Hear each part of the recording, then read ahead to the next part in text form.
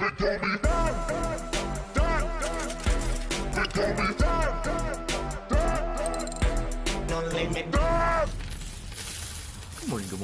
morning.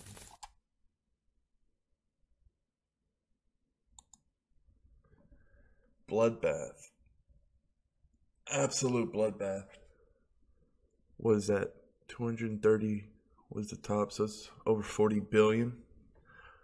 And I'm just kind of seeing it as you got I don't think it's a coincidence that futures are right down the market, or right down the road, and you have somebody playing with the price of Bitcoin.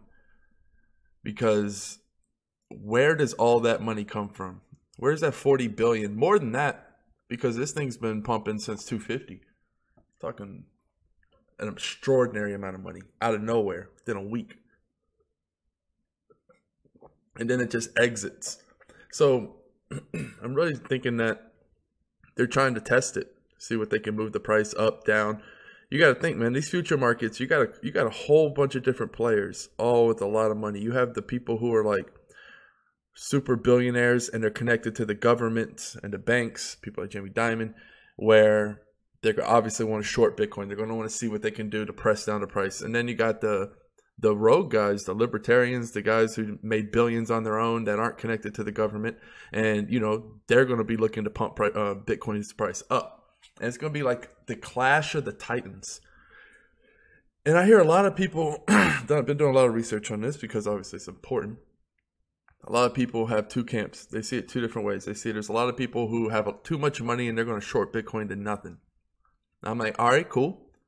And then there's two people who say, all right, well, it's the biggest bull run ever. There's nothing anyone can do. Everyone's going to be, you know, longing Bitcoin. I'm like, all right, cool. See, both are fine with me. And then, somebody's like, well, what if it gets pushed down to nothing, to, cents? And I was like, well, then, there'll be like there'd be the great awakening again. Then everyone would be able to get it for free again because it wouldn't last long. What goes down comes up just as quick. So if, some big Wall Street money wanted to short Bitcoin, that's fine because there's just going to be a bunch of people who are buying it up the ladder. It's like, no matter what, right now is not the great time to look at the price of Bitcoin if you're a long-term holder, because you're about to see some crazy shit, in my opinion. You're about to see some wild swings of two different factions, all with billions and billions, as they proved. That wasn't fucking, yeah, some of it was people, but there's no way somebody could make that much money disappear overnight. Like, poof, gone. Who does that? There's no, new people can't withdraw that fast. It's just crazy. Like, it was so obvious what that was. And I think that's just a rumbling. That's just the beginning. I think that's them being quiet. Like, they're like trying not to blow the lid off and make it too obvious. Like, I think they could easily make this just, there's trillions of dollars out there. If you're talking about all over the world, different institutions that are about to get into Bitcoin. Either way, there's a finite amount. That's the cool thing. And no matter what kind of game these guys are playing, there's only going to be more and more awareness and more people putting money into Bitcoin. Price is going to rise regardless. I think obviously this is a good thing overall. It's just going to add liquidity, and eventually it's going to lead to like ETFs, and then your average everyday Joe is going to be able to invest into it. It's going to be very it's going to be institutionalized on a decentralized currency, something they can't control, but that the big boys want to play with it. But the market is just absolutely, Bitcoin Cash is absolutely getting destroyed right now. And everything is. Normally when you see Bitcoin go down, you'll see Bitcoin Cash go up and vice versa.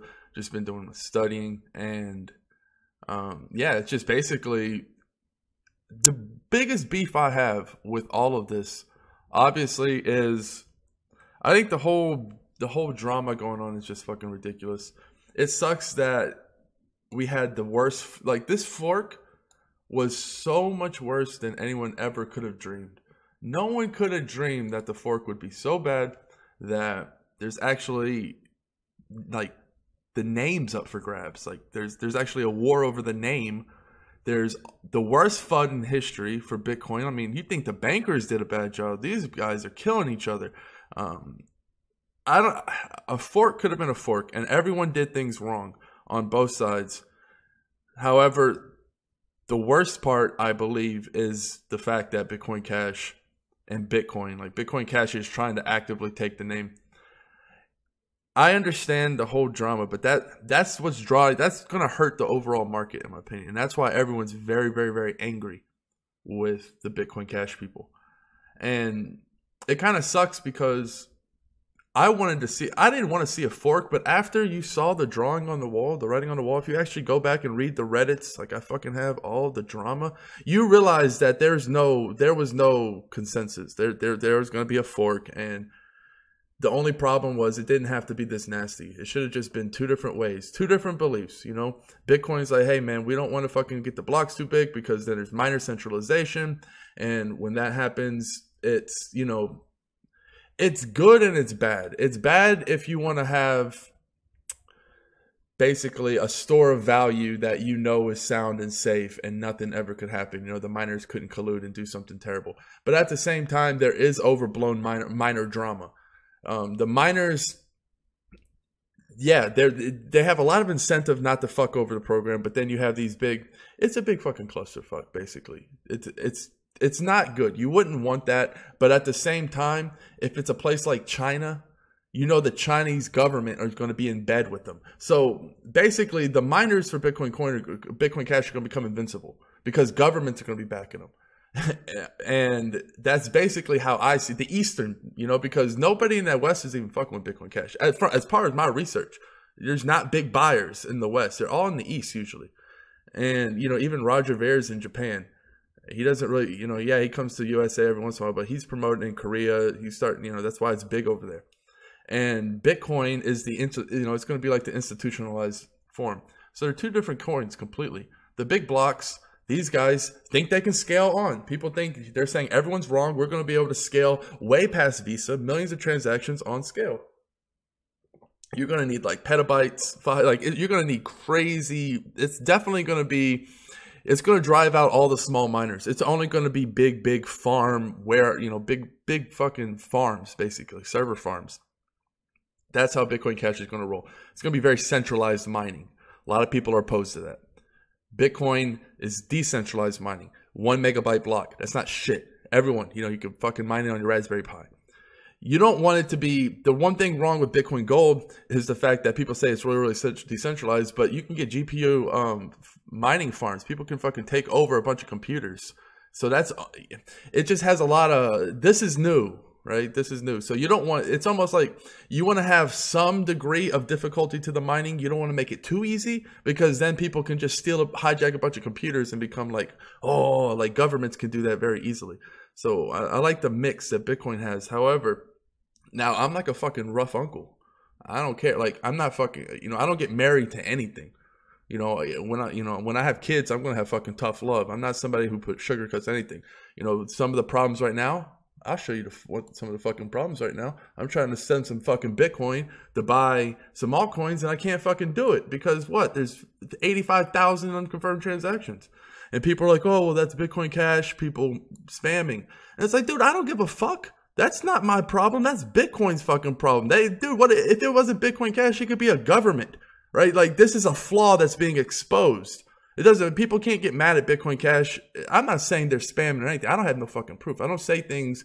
I don't fucking go out and slander people or say things that I have no fucking clue, right? I need hardcore evidence, but that's what people are claiming, that Bitcoin Cash people are spamming the Bitcoin transactions with this Dragon Slayer FUD trying to, you know, it's all a bunch of fucking crazy bullshit. At the end of the day, I'm a results person. And when I see this, I'm like, I don't give a fuck if it's Santa Claus and Satan fucking spamming the network. You got to fix this shit. You know, it's like, that's the one problem. I don't care if Bitcoin costs $10, $20 a transaction right now. I think it's a big fucking problem in the long term, but as a store of value right now, I think it's fine. We can get by. We have a year or two to buy time to get the Lightning Network and all that shit installed, right?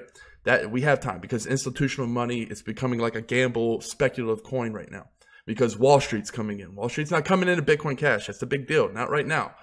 Coming in on Bitcoin. And what's going to happen is we know you can get that done, but I can't have it where I can't send my fucking coins. That's a different story. That's like having gold, but it's in the mine and you can't fucking get it. Like, I need access to my Bitcoin. I've been waiting, I think 12 hours now to get my transaction. I'm missing out on this bloodbath. So that's one of my big beasts right now with Bitcoin. It's like, man, okay, you got the small block size, cool, but you can't fucking make up excuses. Like, there's, you know, going on, there was almost 100,000 unconfirmed transactions last night. I don't care. Like I said, if it's Santa Claus, Satan, and Bitcoin Cash riding on a fucking sled to you, ruining Bitcoin, I don't care. That could be a government. That could be anybody. It's a problem that needs to be solved. It needs to be solved very fucking quickly. So it's just a clusterfuck, man. Like, I love them. Like, I love Bitcoin. But I'm just showing some tough love there. I don't love Bitcoin Cash. I don't hate Bitcoin Cash. I hate what the whole drama. I hate that behind it. But the coin in itself is not evil. Just a big block fucking coin.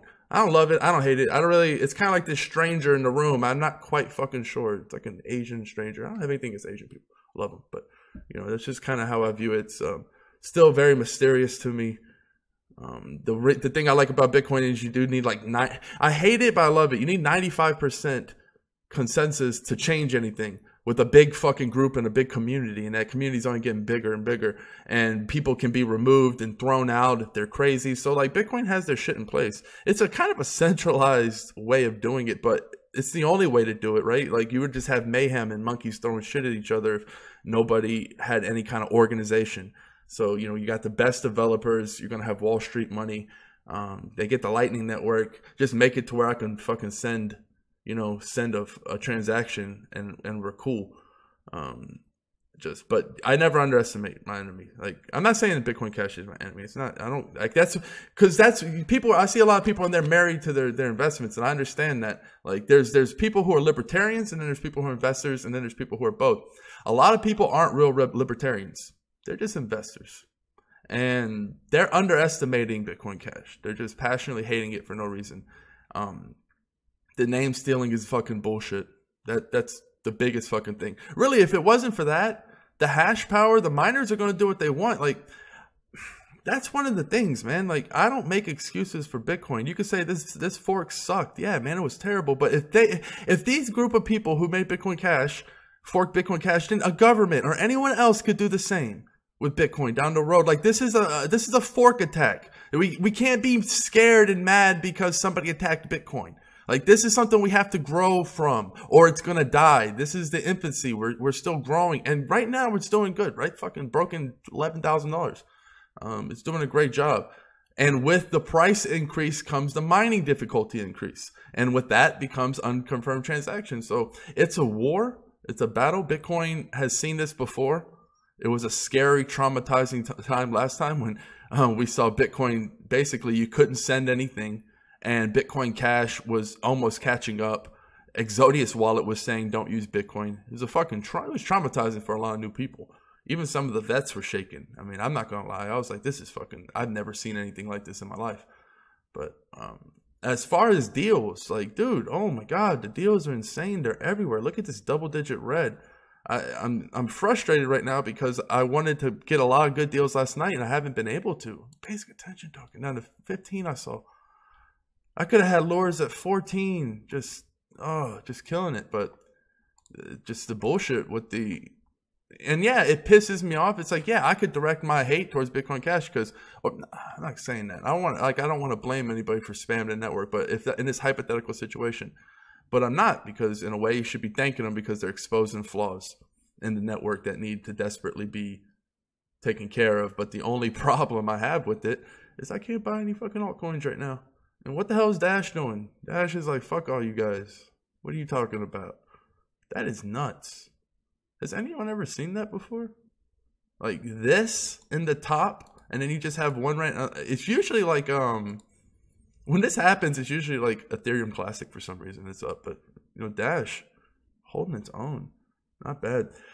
So what am I doing? I'm gonna wait for my Bitcoin to hit my exchange wallet. I'm gonna go shopping for altcoins like a madman. I'm not gonna blow all my load. No. I'm gonna buy some today. I'm gonna watch because you never know what's gonna happen tomorrow. We just saw it down. Like, I literally saw the market go from 330 down to like 280 something, up to like 314, 311, and then now back down to 290. So people are just swinging money in and out of Bitcoin, and I mean, it's mostly Bitcoin. You can see this volume. One last thing I want to end it on this. people keep on saying, all right, well, when Bitcoin goes down, why don't people use Litecoin more? Like, why isn't Litecoin being used more? Like, and the problem I have with this is like Litecoin is not as liquid as Bitcoin at all. Like, people want to, I don't know, because people are making an argument like to jump from Bitcoin to Litecoin. And I was like, man, Litecoin is really unproven. Like, I'm not hating on Litecoin. I have some Litecoin. I'm saying, like, you can't compare this volume to this volume. You just can't. It's not even the same ballpark. Not even the same realm. So how do, and Litecoin's never had full blocks from my understanding. Never. Bitcoin has full blocks all the time. So it's apples and oranges, because we don't know if you were to just absolutely just substitute Litecoin into Bitcoin shoes and give it 10 billion volume, what bugs or leaks would be exposed. Maybe none. Maybe Charlie's just fucking, you know, he's not little finger, he's middle finger. You know what I'm saying? He's just like, fuck y'all, my coin's the best. But that's just something to think about. Like I said, I'm unbiased. I don't fall in love with any of my coins. As a libertarian, I'm hardcore Bitcoin. I'm hardcore cryptocurrencies. Really, really hard. But that's as a libertarian. That's why I get on and I do these shows for free. I just spread awareness. I answer questions. I help people set up wallets because I really believe in the thing. But my investor side turns the libertarian off. Because if you want to fucking get rich, if you want to make a lot of fucking money, you can't have emotions in this thing. No emotions. Like, yeah, I want to invest in some things that I think are morally wrong. Like if there's like, you know, fucking some kind of crazy coin that hurt people, right? But I really just kind of lay back and I just absorb what everybody's saying. I absorb what's going on. I'm very unbiased, just like a robot. And at the end of the day, I compute the outputs. And whatever makes the most sense, makes the most sense. Just gonna go down this market. Gonna check and see if my Bitcoin hit yet. All right, I'm gonna kill it here. Cheers. Peace.